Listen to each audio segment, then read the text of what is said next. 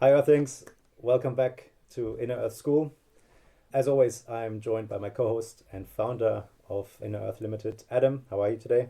Greetings, brother and earthlings. Good to see you. Thank you, Adam. Um, so, in so many cases, we don't fear change itself. Often, what we fear is what lies beneath the change. It is the loss of identity, it's kind of the idea of self betrayal. And it's hardly ever the situation that's the problem, but it's the knowing that the old self no longer serves us. In today's episode, we want to talk about the psychology of endings and how we can navigate from the ending into the future, potentially, or not potentially, but most definitely moving into the neutral zone.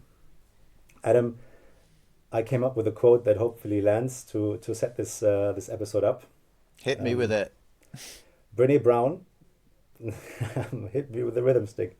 So this one is from Brene Brown. Owning your story and loving ourselves through that process is the bravest thing that we'll ever do. Mm. Yeah, loving ourselves through the So process. looking at the ending is a process, and if we manage to love ourselves through this ending, this is wow, that's beautiful. Yeah, because I think that the message in all of this, right, is that uh, it doesn't. Right, how do I put this? The best way of putting this, like all of these transitions that we go through and the changes, they're not a reflection of who you are on a deep spiritual soulful level. um and I guess that's the process that we're all going through every time we go through one of these transitions and we have to let go of an identity. We kind of get an opportunity to really see ourselves naked again, really see ourselves for who we are, and to go through the realization that I didn't need that to be valuable. That thing, that job, that relationship didn't make me more valuable. I am valuable. I am enough. And I think that not Mm. enough piece is actually at the heart of so many sort of issues that people suffer from. Um, so yeah, I think that's really beautiful. Loving yourself through this transition is really important because it's you've got to love yourself whether you're up, whether you're down, whether you're ending, whether you're beginning. Um, if you're not, then it's just going to make the whole process harder and more painful, for sure. Yeah, it comes with a real identity collapse. We, however long the period before the ending was, it could be a career of 10 years, it could be a marriage of 20 years, um, and and inevitably, for the sake of being safe, we attach ourselves to this. I am a husband.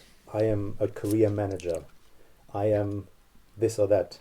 So then suddenly this ends, and inevitably Mm. we, if we're not careful, we fall into this identity crisis. Yeah, depression can ensue for sure, can't it? When that's stripped away. Um, God, yeah. I think everyone watching this podcast and definitely everything that we know about each other through the journey that we've both been on. We've both been through our own endings.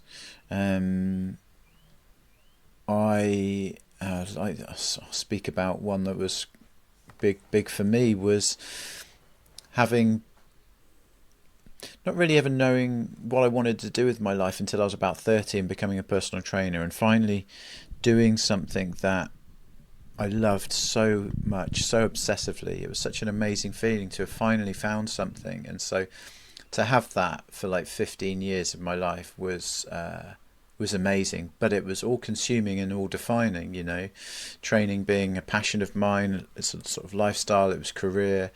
It's a hobby. It becomes all consuming and it's very easy to become very identified with fitness industry, with training. um, And so for me, when it started to dawn on me that that obsessive enjoyment was starting to fade, it was a really challenging time. Because it's not just like, oh, I'm no longer enjoying this as much as I used to. With that thought comes the thought of, yeah, but what am I going to do next? It's like those two thoughts tend to sort of intermingle together. And then, of course, it's that thought of like, what am I going to do next? Which can lead you into a bit of helplessness. It's ultimately the thought that leads you into the neutral zone.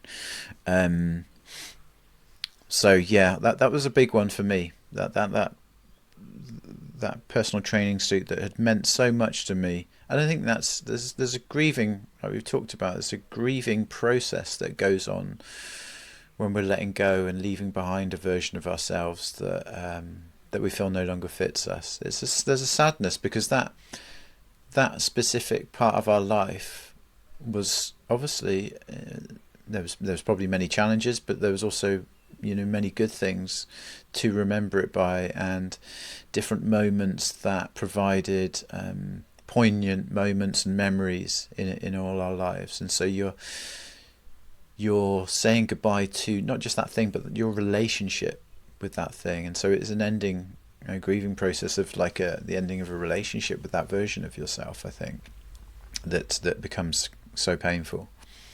Yeah, what comes to mind when you say that this process can be akin to an ego death, and to not allow the grieving process to occur properly, and maybe you can talk a bit more about kind of the process of what this grieving should look like. But yeah, there's something that needs to be killed in order to move forward, right?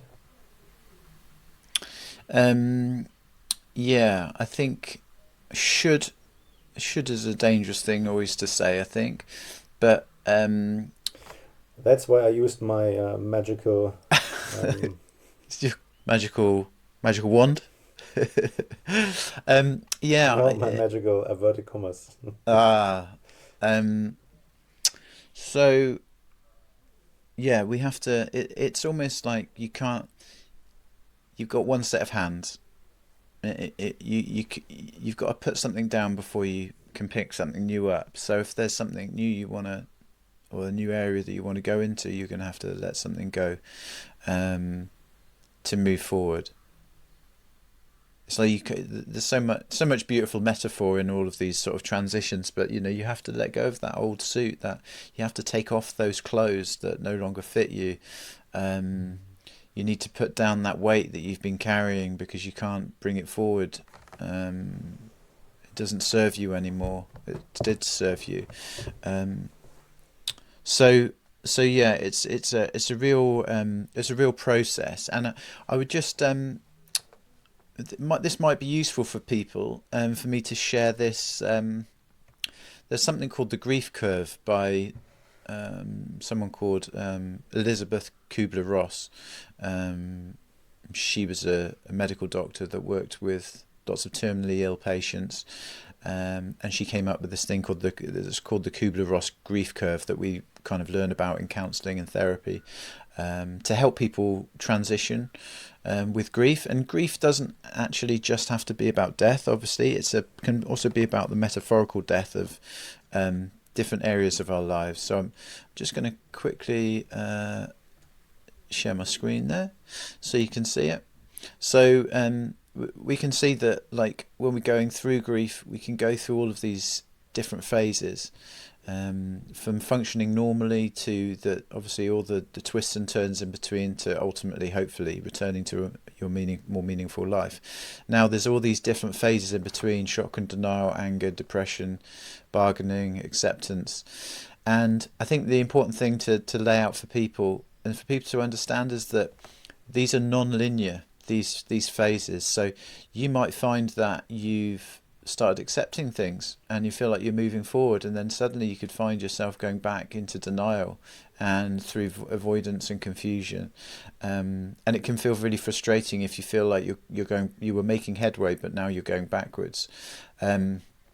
So I think it's really important to have in your mind when you're going through some kind of transition or a grieving process that actually it is non-linear, and it's okay to go back and revisit these different stages as you're going through your own process. And I think just knowing that can give you a bit of comfort, so that you're not, so that, as Brené Brown was saying in that quote that you gave us, you can love yourself through it with more compassion and less judgment. Yeah.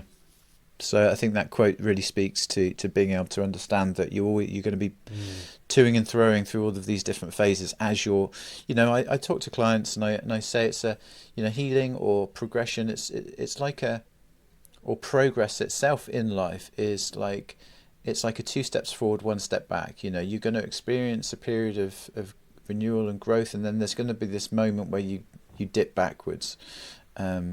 And then you go back up again. So the curve is always a general ongoing curve, but there's always these moments where we just dip back, go forward, dip back, and that's part of life. And I think if you can understand that, then again, it just gives you more compassion for your own journey.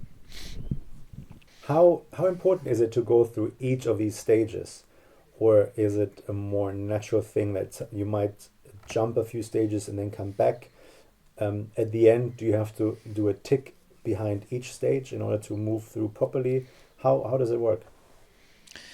No, it's a framework, right? So it's a model to help bring understanding and sort of compassion. Obviously, there's going to be loads of nuance. Everyone's an individual, and everyone's going to go through the process very differently. And like how you grieve about one thing, you may not grieve about the same thing 5 years later. How you grieve about one relationship ending may not be how you grieve about another one in the future. So what that does is just offers you a bit of a framework to understand these different stages and how they might look, to give you a little bit of understanding and self-compassion, I think, and support. Because I think that's the thing, right? You can feel untethered and unanchored when you're going through these phases, and that creates suffering, and that creates trauma, right?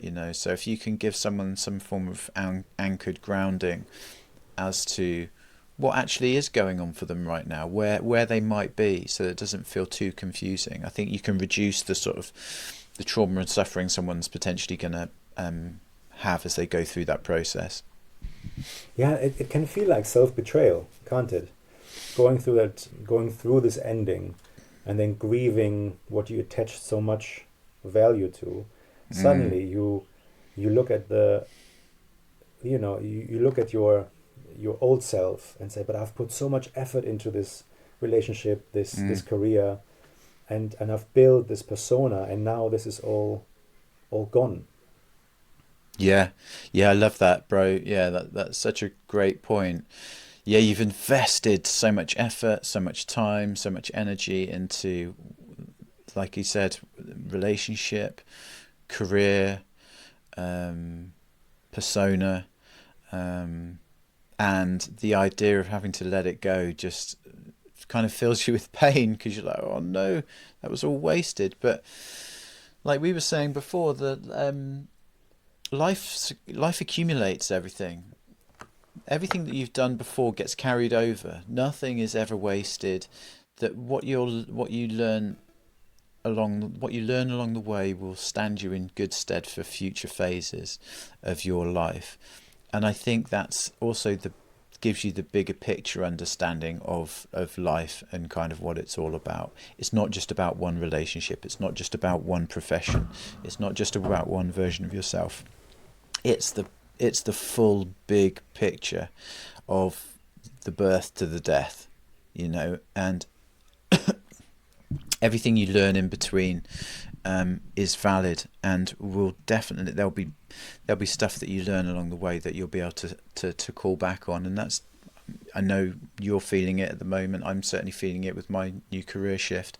All the stuff I learned as a personal trainer, as a coach, has underpinned how I'm working and with people as a hypnotherapist and as a counsellor, and doing the work we do with Inner Earth, helping people with transitions.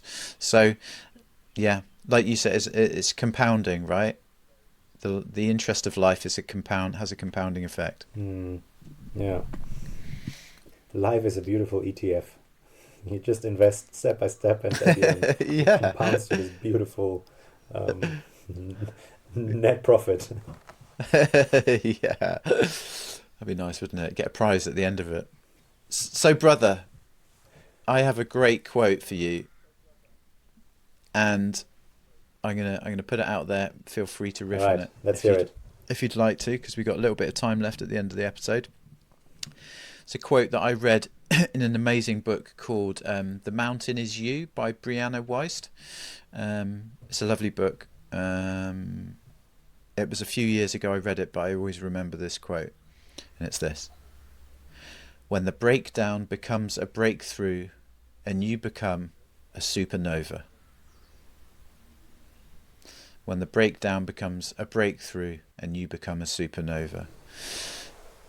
And that speaks to shifting through the process of pain and suffering to suddenly this becoming, and that sense of what happens to a star. When a star implodes, it's dying, the star's dying, and then it turns into a supernova with the ultimate huge explosion. And so I think it's such a beautiful metaphor to think about the transition as. Yeah, I'm like, just briefly, I wanna add something, and really briefly, and I don't want to take away from this fantastic sentiment of the quote, but what I immediately thought of, I heard this concept of, we need you to break wide open, because only through the cracks the light will shine. And it speaks to what you say. It takes these big transitions and these big endings that like put extreme pressure on us to then let the light shine through. Yeah, that's why I love that, dude. Yeah, definitely. You know, that's why we use all of this sort of language around these events, right? I had a breakdown. I fell apart. I was broken wide open. I think that all speaks to everything that you've just said, and it's kind of when you're broken that the light can come in. Yeah, absolutely beautiful, brother. Great way to start landing the plane. Yeah, let's land the spaceship.